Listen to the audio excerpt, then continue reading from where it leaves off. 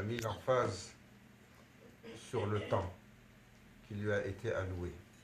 Et il a mis l'emphase sur les moments particuliers et les moments sacrés. Et nous sommes dans le mois de Rajab, Shahrullah, l'un des 4 mois sacrés d'Allah Azzawajal. Et le mois que les awliya, toujours, ils cherchent ses faveurs dans ce mois.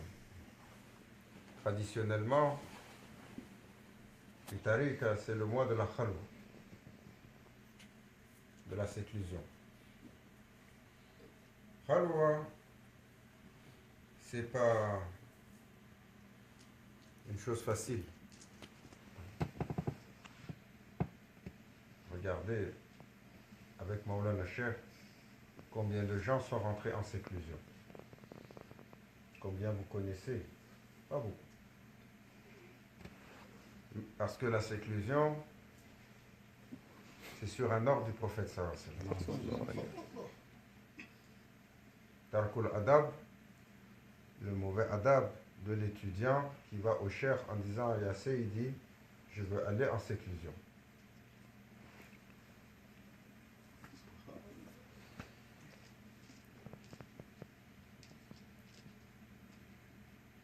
On est des enfants. Mais de notre temps aussi, les machères, ils donnent des bonbons. Ils ont donné khalwa, permission pour ceux qui veulent se retirer. Et c'est une permission généralisée, mais il faut comprendre que c'est une permission comme un i'tikaf, comme une retraite que l'on fait. Ce n'est pas une permission comme si on va faire une séclusion complète. La séclusion, les téléphones, ils sonnent. Et Foulan, il est prêt aujourd'hui. Il faut envoyer le cortège pour aller le chercher. Il est invité pour se préparer. À la séclusion, l'ordre est descendu. Ce n'est pas des chemins méritocratie. Et j'ai travaillé bien fort l'année passée, j'ai bien tiré sur le chapelet, je veux rentrer. Ça ne marche pas comme ça. Mais les machères, en effet, ils donnent des bonbons. Donc ils ont dit, cette année, ceux qui veulent faire la séclusion, faites. Cheikh Hicham, il l'a rajouté, il a dit, si vous voulez faire, prenez la baraka. Prenez sur son début, prenez sur son milieu, prenez sur sa fin, parce que les gens ne peuvent pas porter, faites. Il y a un bienfait dedans. Il a dit, c'est pour le baraka, c'est pour la bénédiction de la retraite. Donc, prenez, si c'est donné, prenez avec l'intention de sa bénédiction. Amen. Mais c'est un mois qu'il faut prendre au sérieux. Amen. Shahrullah, Shahr Rajab. Il est le mois caché que les awliya, ils cherchent, ils l'attendent avec détermination. Et ils ne perdent pas attention pour chaque moment. Tout le monde sait Ramadan Shahr Ummati. C'est le mois de la de la nation. Mais les chercheurs de vérité, comme Maulana Cheikh, il les appelait, les chercheurs de perles. Hein? Le chercheur de perles, il ne se promène pas pour gratter la surface du sable sur la plage pour chercher les coquillages, les petits coquillages. Il se prépare, il s'entraîne, il va au plus profond avec force, détermination pour aller chercher les trésors les plus précieux. Les chercheurs, toujours dans les moments favorables, ils vont chercher. Les moments favorables, les mois que Allah a choisis, les périodes qu'il a choisies, et dans le mois, les périodes que le prophète sallallahu alayhi wa sallam a soulignées. Shahr Rajab, il est l'un de ceux-là. Le prophète sallallahu alayhi wa sallam a souligné le jeûne du mois de Rajab. Mais également, les machères nous ont rappelé de le mettre à profit, toujours en disant je mets l'intention pour la khalwa.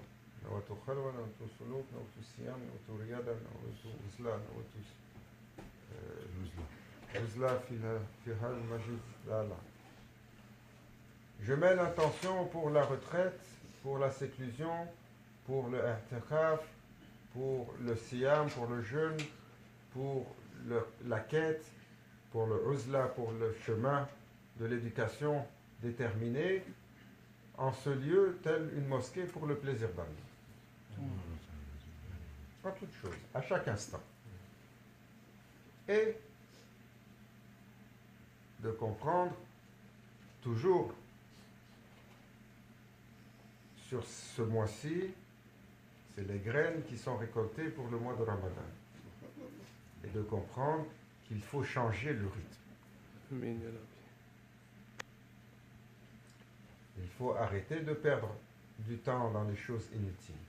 Il faut diminuer. Il faut essayer de se coucher plus tôt. Parce qu'on essaie de se lever plus tôt. On a un adab à lire pendant ce mois qui est plus long que tous les autres adab de tous les mois. Le adab de Rajab. Allah ma chère, toujours, il nous faisait lever 1h30 avant le début du Fajr.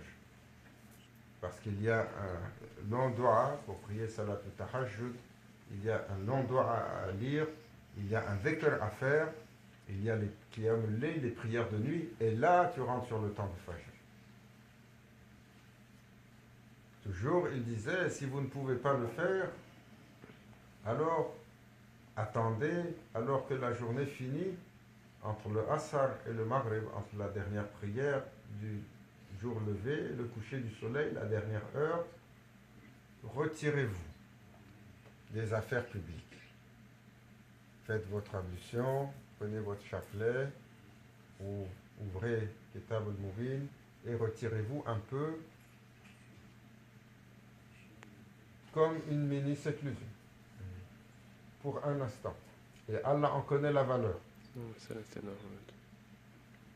Et si vous avez des habitudes de consommation effrénées, on est tous des grands mangeurs, il faut diminuer un peu pendant la séclusion, car habituellement il rentrait début de Rajab et il sort quelques jours avant la moitié de Sha'ban pour faire le 40 jours.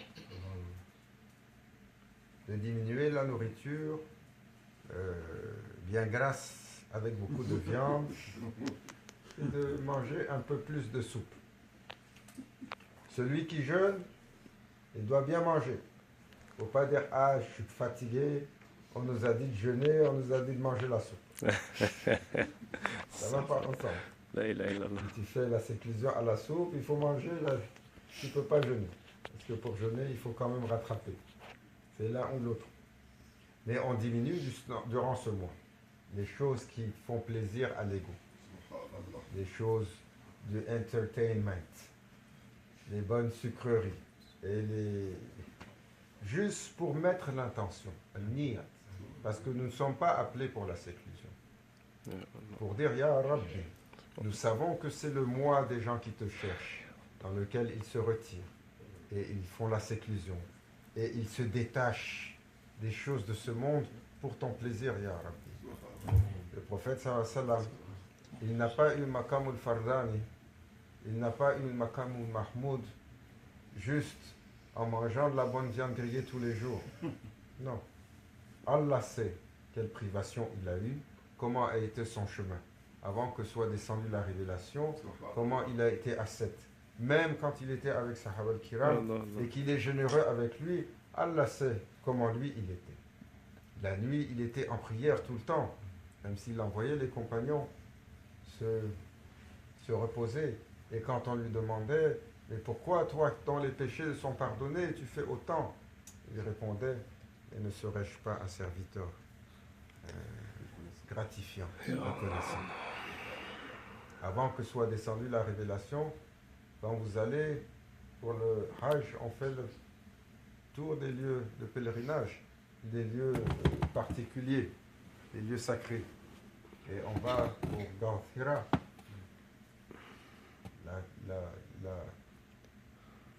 la grotte où le prophète sallallahu alayhi wa sallam se retirait, avant même la révélation. Monter là-bas une fois, c'est un challenge. Et c'est le défi là, juste une fois. Il montait, il y restait des semaines. Et c'est sa famille, c'est les femmes de la famille qui montaient ce chemin pour aller lui porter à manger alors qu'il était en méditation dans la grotte. Allahumma salli ala sayyidina Muhammad. Nous, on est allé au mois de décembre, juste à regarder, tu fais une insolation.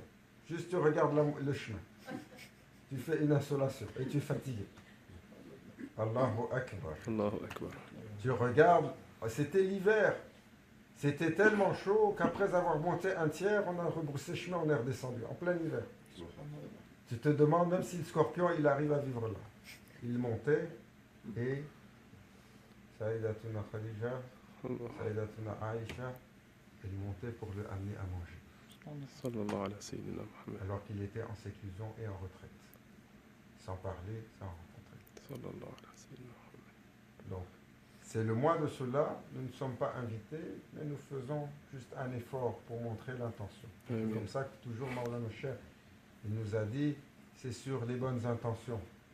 Même si nous ne pouvons pas, il faut montrer à Allah Azzawajal que nous voulons. Amin. Nous voulons son plaisir d'abord et avant tout, Amin. plus qu'autre chose. Amin. Allah Azzawajal nous favorise en ce mois. Amin. Il nous accorde ses bienfaits. Amin. Il nous accorde la détermination Amin. et la discipline. Amin, ya Rabbi. Inch'Allah, qu'il nous accorde d'être ensemble Amin. sur ce beau chemin. Amin, ya Rabbi. L'islam de la tariqa, Amin. sur l'héritage de Maulana Cheikh et la Amin. guidance Sallallahu alayhi wa de sallam. ma Cheikh. Amin, ya Rabbi.